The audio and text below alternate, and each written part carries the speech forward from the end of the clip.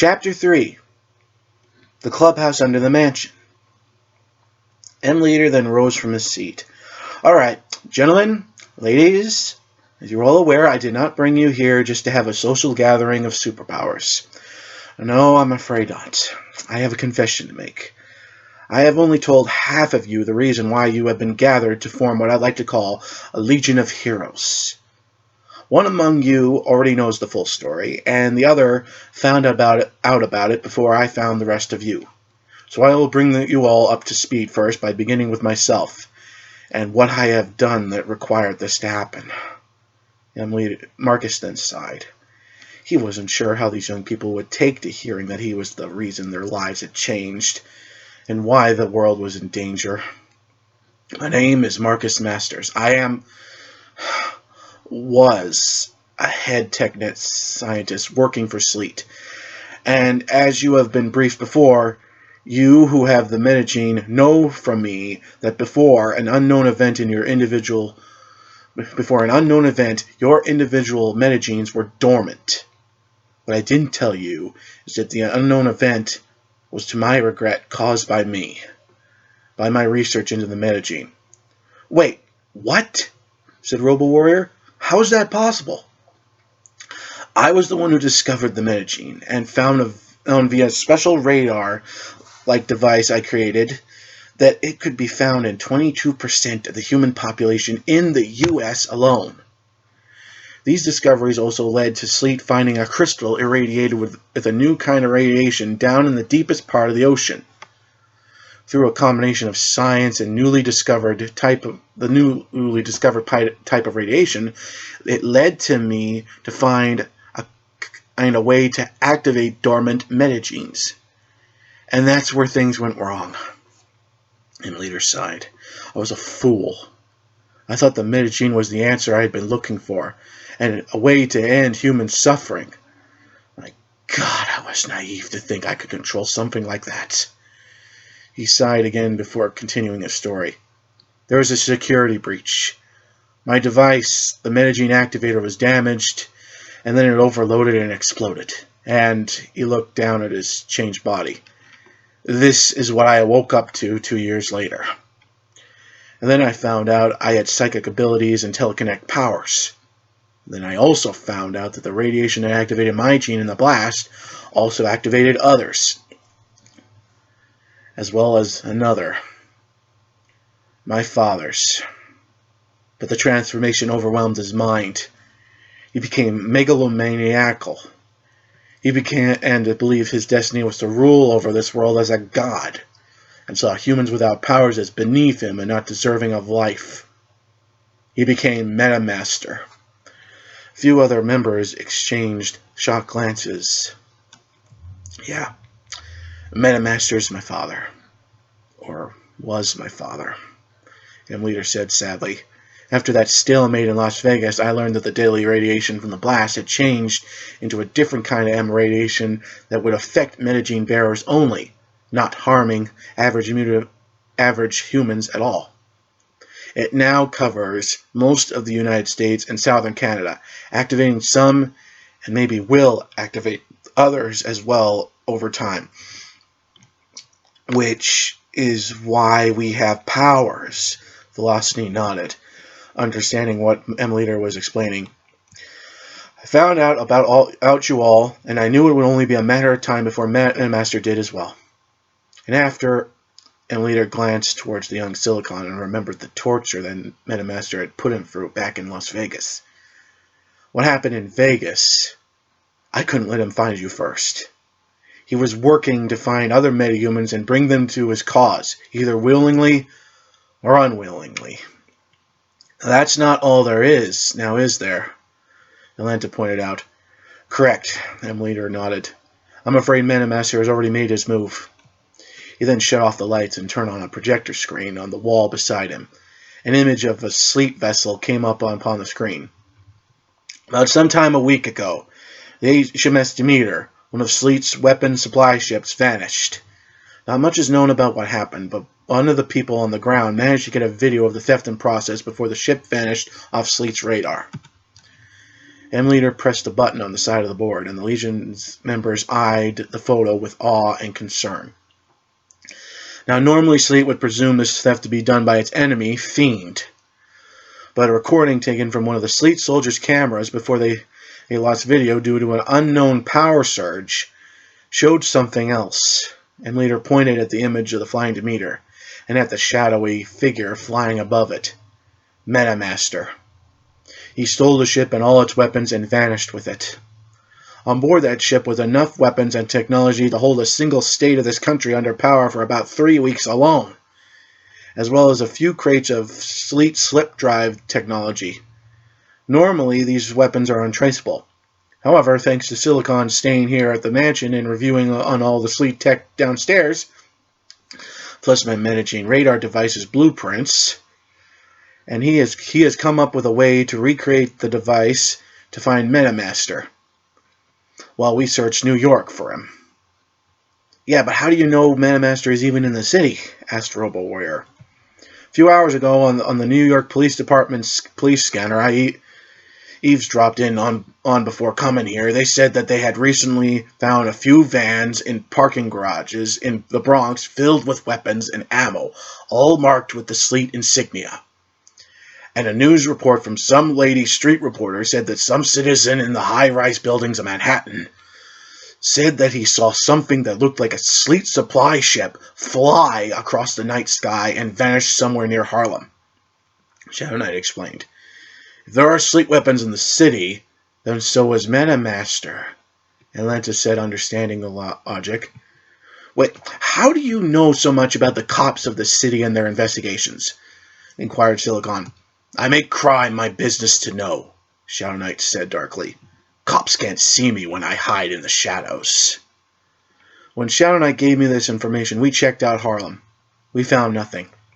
Metamaster might have moved the ship and its supplies somewhere else. Sleet will find out about this soon, but by then it might be too late. We need to go on the offensive and find him first, M Leader said and shut off the projector.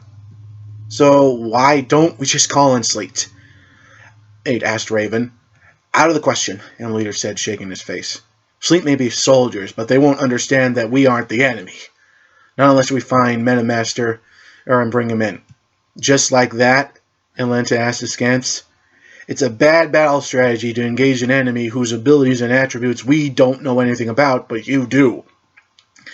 I said find him. The fighting part comes later when we find him.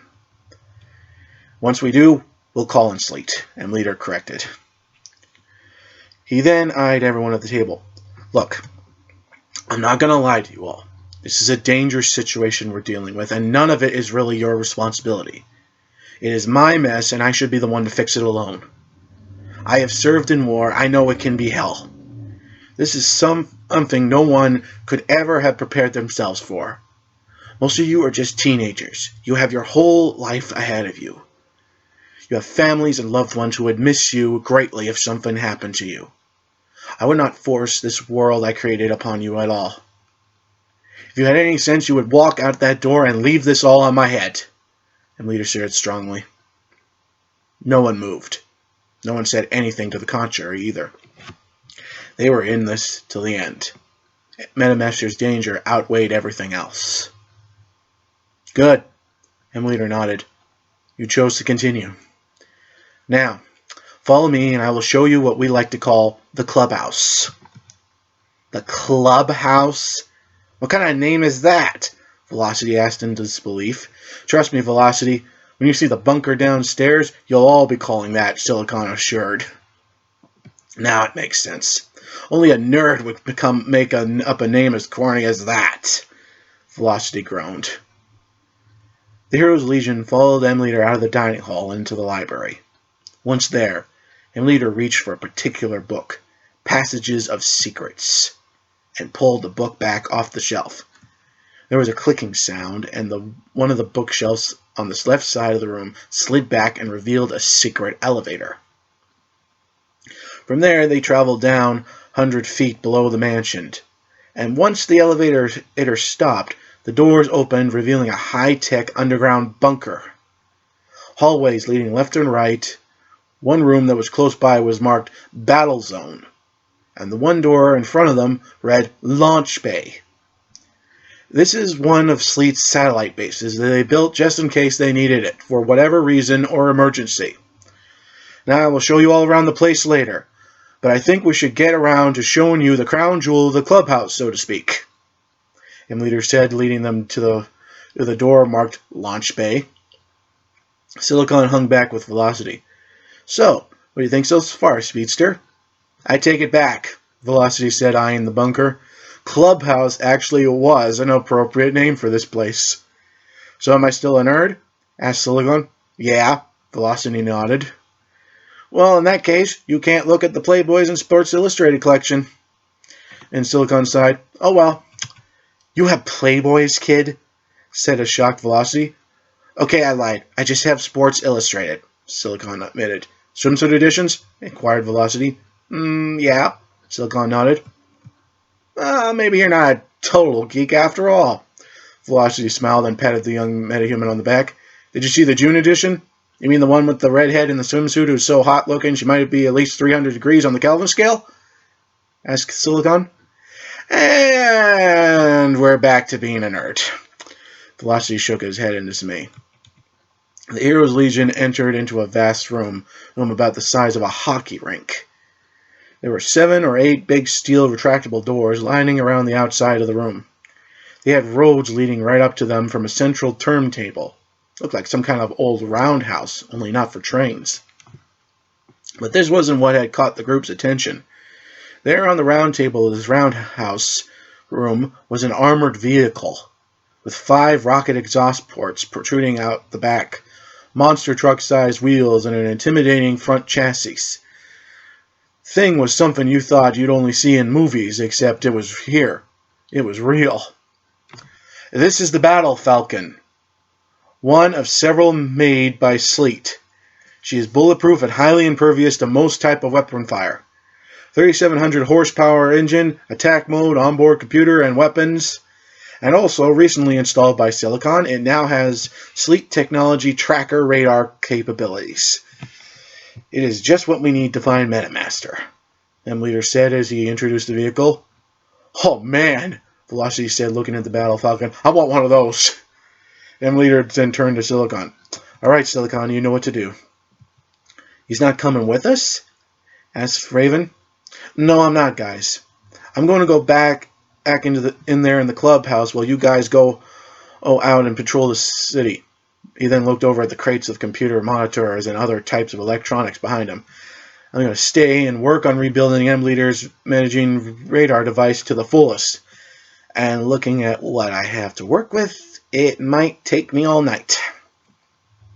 We'll start off in Manhattan and work our way through to the Bronx. M-Leader outlined what the team's objective was tonight.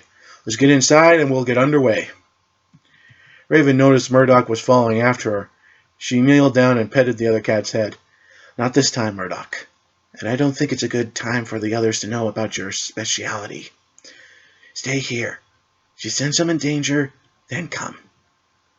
Murdoch looked over her shoulders towards the Shadow Knight, whom of which was eyeing Raven and her 2 cats. Then he turned and left the room. Murdoch turned his attention back to Raven, even as if to say, Are you sure?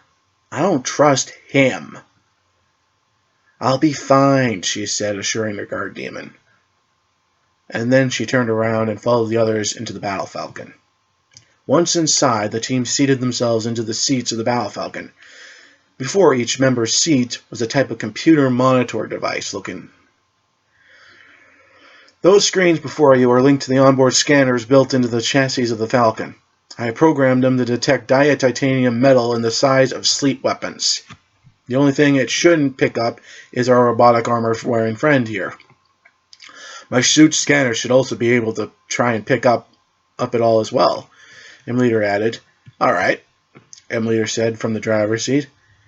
Everyone keep their hands and feet inside the vehicle at all times. With that, M-Leader pressed a button on the dashboard controls. X-shaped seat belts fastened around the heroes. Up ahead, they saw one of the sliding metal doors open directly in front of the Battle Falcon. revealing a long, dark tunnel lined with lights every 50 feet at least. It seemed to stretch on forever.